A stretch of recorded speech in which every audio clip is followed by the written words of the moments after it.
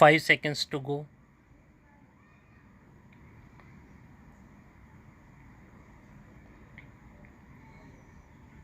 Start. I am coming here today from Bihar, where I performed or helped in the opening ceremony of a very magnificent piece of work of Indian engineers, the Great Dam. This, I am told, is the longest in the world. A day before that, I performed or participated in a completely different function at Nalanda, a great university center of 1500 years ago in Magadh, which is now Bihar. At this place, where the ruins of the university still exist, my mind went back to the days of the Buddha. I thought of his message, which, apart from its religious significance, was a message of tolerance, a message against superstition, rituals, and dogma. It was a message essentially in the scientific spirit. The Buddha asked no man to believe anything except what could be proved by experiment and trial. All he wanted men to do was to seek the truth and not accept anything on the word of another, even though it be of the Buddha himself. That seems to me the essence of his message, besides tolerance and compassion, and it struck me that the message, far from being out of date today, had a peculiar significance in this world of ours.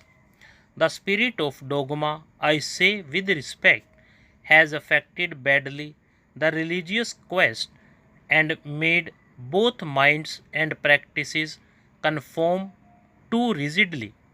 Rigid and intolerant ideas which assert in effect that I am in possession of the truth, the whole truth, every bit of the truth, and nobody outside the pale has it, narrow men's minds, shutting the door against a tolerant and objective approach where men not only look up at the heavens without fear, but are also prepared to look down into the pit of hell without fear. It seems to me that people in the Buddha's time were more advanced in tolerance and compassion than we are, although they were not so advanced in technology and science. While I was there, it struck me that, quite apart from the religious issues, there might be something worthwhile in the traditional view of life because it is a tolerant view of life. While it may hold one opinion, it respects the opinion of the others and allows that there may be truth in the others' opinions too. It looks at the universe and the mysteries of the universe and tries to find them in a spirit of humility. That is their approach to their religion. The scientist is supposed to be an objective seeker after truth. Science has grown because, in a large measure, the great scientists have sought truth in this way. But I suppose no man today, not even a scientist, can live in a world of his own in some kind of ivory tower cut off from what is happening. Therefore, science today has perhaps begun to cross the borders of moral and ethics.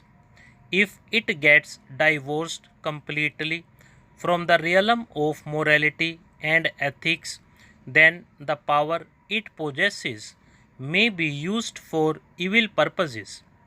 But above all, if it ties itself to the gospel of hatred and violence, then undoubtedly it will have taken a wrong direction, which will bring much peril to the world.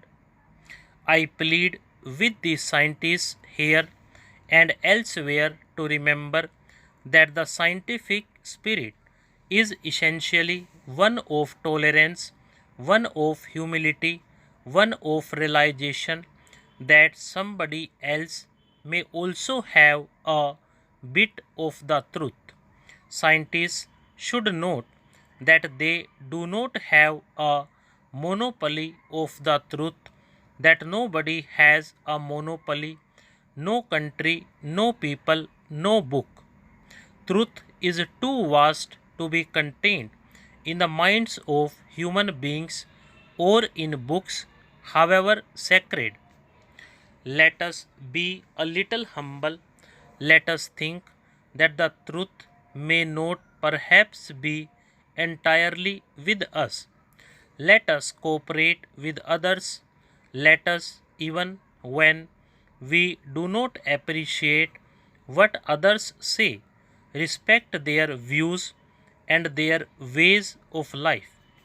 Let us go back to an ancient age in India, Ashoka's period 2300 years ago. This man, who was infinitely more than an emperor, has left memorials all over this great land, memorials which you can see today.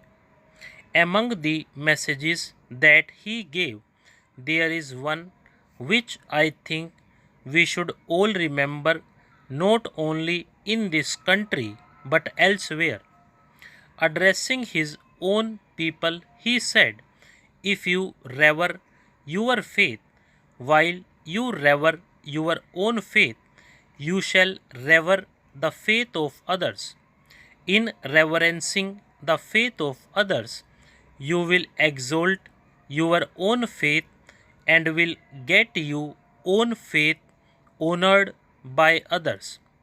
If you apply that message of tolerance not only to religion but to the other activities of human life, such as politics, economics, and science, you will find that it puts things in a different context.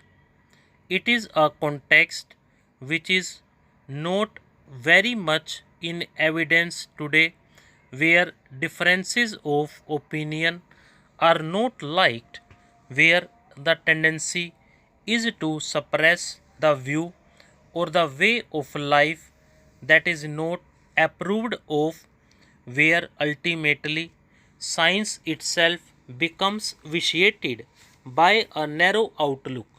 Stop.